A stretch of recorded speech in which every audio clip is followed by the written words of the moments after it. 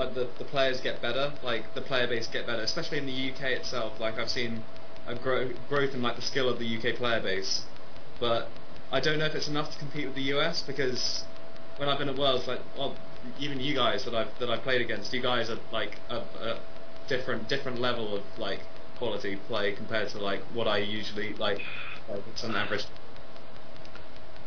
Yeah, I don't bring that shove it around here next year. I think I was the one who brought that, and I was like passing it around. I was like, guys, check this out.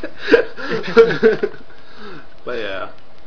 No, Tom tried to convince me for like a month that Shuppet was the best deck last format. It was so good. I won a states with it. That's right, you did. I forgot about that. That just proves you're a donkey, man. I think very lucky. Krim, I think that answered your question. I think that answered the question. That Shuppet won a UK state. I think that answers the question. How can you say it's getting better? No, I'll kind of add on though. I think the very top players, regardless of where you are pretty much on equal skill level. But it's just neat. There's just a sheer number of American top players compared to everywhere else that,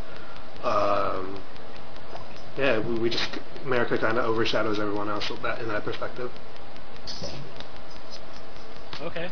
Yeah. If you guys can remember back to the first Worlds hosted by Nintendo back in 2004, like back then, if you played a European that wasn't named like Freddie K or Sammy, you got a free win. That was pretty much it. That's how bad people were back then. You didn't play someone from Japan. Mean no disrespect to any Europeans. No, I don't care. I mean, this is just the truth. This is fact. They were just behind us. That's just all it was. They didn't have as much of a structured environment. They didn't take it as seriously, I don't think. But over the years, it has definitely grown. There's not as much of a skill gap. I don't even know if there is one anymore. Yeah, I think it's just a numbers game at this point. Yeah, I think everybody as a whole has gotten better. But, yeah, overall, the U.S. has more numbers than any other country, so they'll have more top players. But, like Tom said, I don't think the percentages are much different. I mean, you have somebody like Sammy, comes from the UK and top cuts Worlds every year. I mean, people from Japan come over every year, they win. They always top 4. So, I mean, there's no dominant country or anything. No, I agree. Actually, I kind of disagree. I think America is the dominant country right now, just because we have the shared numbers and we use them to our advantage. I think most of the time, at least half the top 8 is American, isn't it? Well, I think most of the innovation comes from America too, but I don't think it was last year. Last year, really? top 4 was half American. I can tell you that. And I had to take out Frankie, so finals was guaranteed American. Yeah, but unfortunately, America didn't win the championship, did it? Yeah, dude, don't even get down, buddy. Don't even get me started on that. That was like that was the most ridiculous series I've ever seen. It was like I destroy him game. I'm not even getting into it. We shouldn't. Yeah, at the risk of having you go on and on. I'll sum it up. I'll go on. Yeah. If I have to tell the story again, I'm going to be going for like 10-15 minutes. So let's just. Sums up the story for everybody.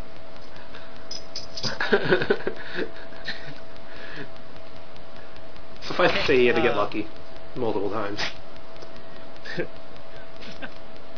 Okay, so do you think there's still a gap? Do I think there's a skill gap? Yeah. At the top level, no, I don't think so. But I think as a whole, maybe. I think like the bad and the middle level, like foreign people are worse than like the bad and middle level people in America. But just at like the top level, which is probably all that matters. No, I don't see the skill gap anymore. Okay. Drew? Yeah, I think it's kind of hard for us to judge because at Worlds we just see the top players, and I feel like the mid-range players just probably don't even go to Worlds, and then you have like the bad players that just go for the good time. You know, they love Pokemon so much they're gonna go to anything. So I think it's kind of hard for us to compare our average players against each other. But yeah, at the top it's definitely equal for sure. Okay, the next question actually kind of ties into this. What do you guys think about Japanese players currently? Where do they stand in the totem pole? Lucky. Who wants to start with this? let's have Prevalon start. All right. I think they're good players as a whole, just from what I've seen. No real bad mistakes. I mean, there's a couple where if you can't really fault them for not reading too far ahead, but yeah, they're pretty solid. But I think their deck building is just bad. Yeah.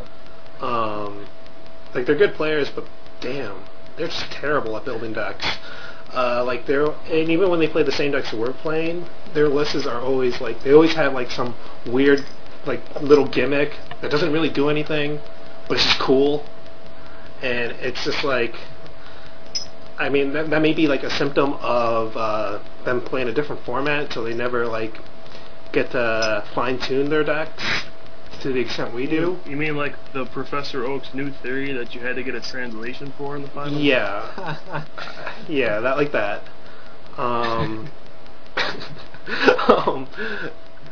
But no. Like even if you look at their, remember like their Blaziken decks, their Guardy decks, they're all just like they have like the standard skeleton there, but then they're like their tech lines are weird. And like you can even look at Yamato's Luxchamp list. It played a 1/1/1 Guardy line. It was like, okay, Claydol never came. No, you never went like Claydol, of course. And it's like, I know. I mean, like I get it. It was like, oh, this is our Mewtwo counter, but they never go to the point where, okay, if you're playing at the top level, no one's running Mewtwo. So it may be a symptom of just their deck building can't get as refined due to format, but as in the past, man, it's bad.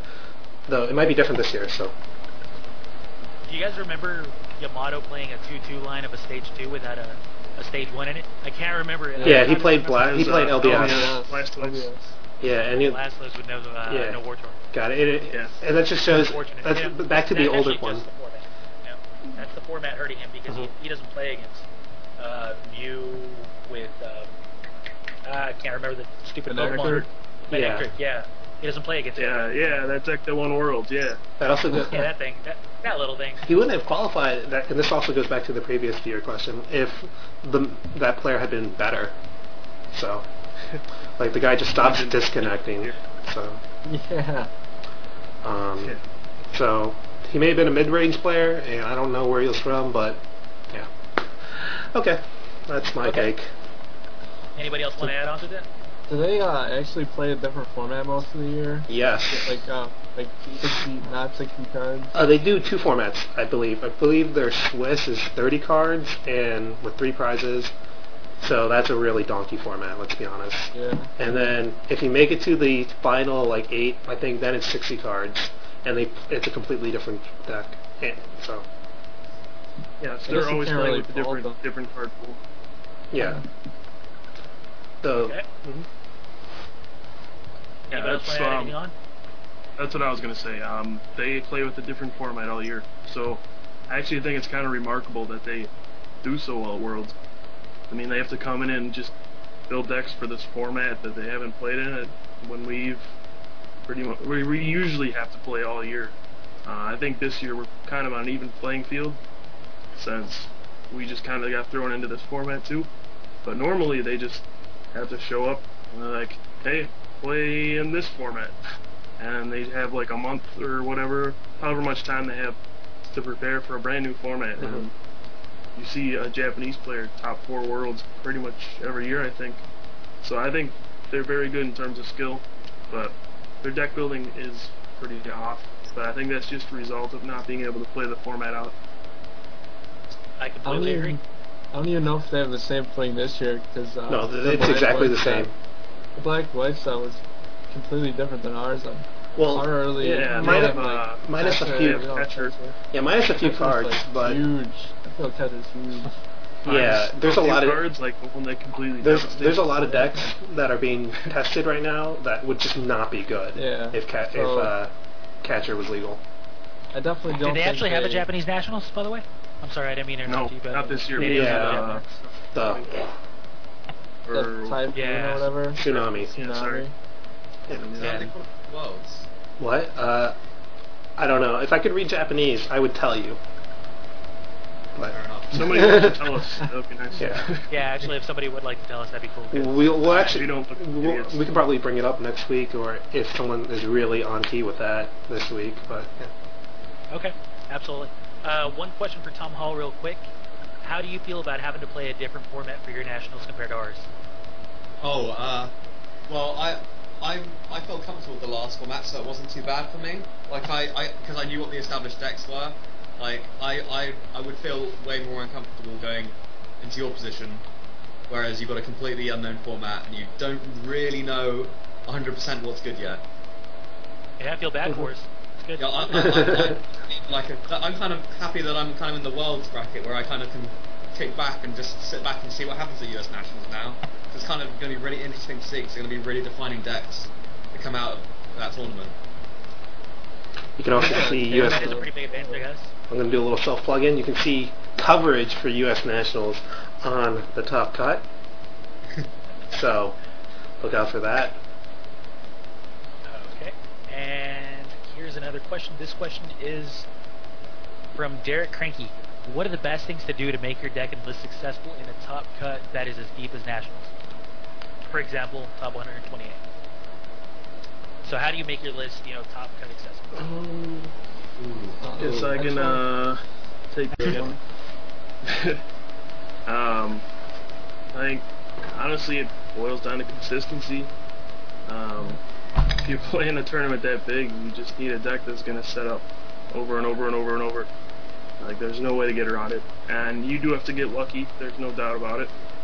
But I think you need a deck that provides you enough consistency to get set up every game, but at the same time gives you enough tricks to like outplay people. Like, for the past 2 years that's been perfect for me, playing SP decks. Like, obviously they're just made up of basic Pokemon. You have the Cyrus engine that searches everything out. And then there were just always options. With, first year was Luxray and Infernape. I mean, you can do infinite things with Luxray. And then previous year, Dialga, Garchomp, which is just an extremely complex deck to play, where if the game extended to any point, like past 10 minutes, you're probably... somebody's going to make a mistake, probably. I mean, that's kind of what I banked on. If you play a super long game, somebody's going to screw up eventually. So, I think there's different ways to go about it, but the bottom line is you have to be able to set up every round, or at least close to it. So is that you trying to knock M4 Magazine right there? Is that what you're trying to do? You can make consistent, be my guest, but I mean, yeah, a double stage 2 deck, it's gonna be tough for you to get through a 128, even like maybe 256 top cut. Who knows? Yeah, and actually the big difference between the top cut and Swiss is that in top cut you really can't afford to lose. You can afford to lose a match or two in Swiss and still be okay. Once you get to top cut, you can lose 2 games. I mean, you can lose 1 game, but if you lose 2 games, that's it. You're just done. So you need to be able to make sure that you don't get into the situation where you just have a really bad hand. Boom, you're done. Okay, it happens. Then you get turn 1 or something, and then you lose all of a sudden in your tournament.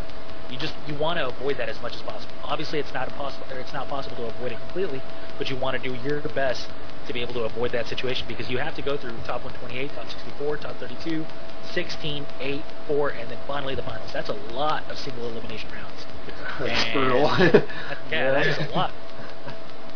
So, and on that point, I just want to add in, whenever I choose a deck, I always had in the back of my mind, can this deck actually win in a sudden death scenario? Like, if I'm playing some huge setup deck, like an Emboar Magnezone, for example, can I actually take a prize before the other person? And If the answer was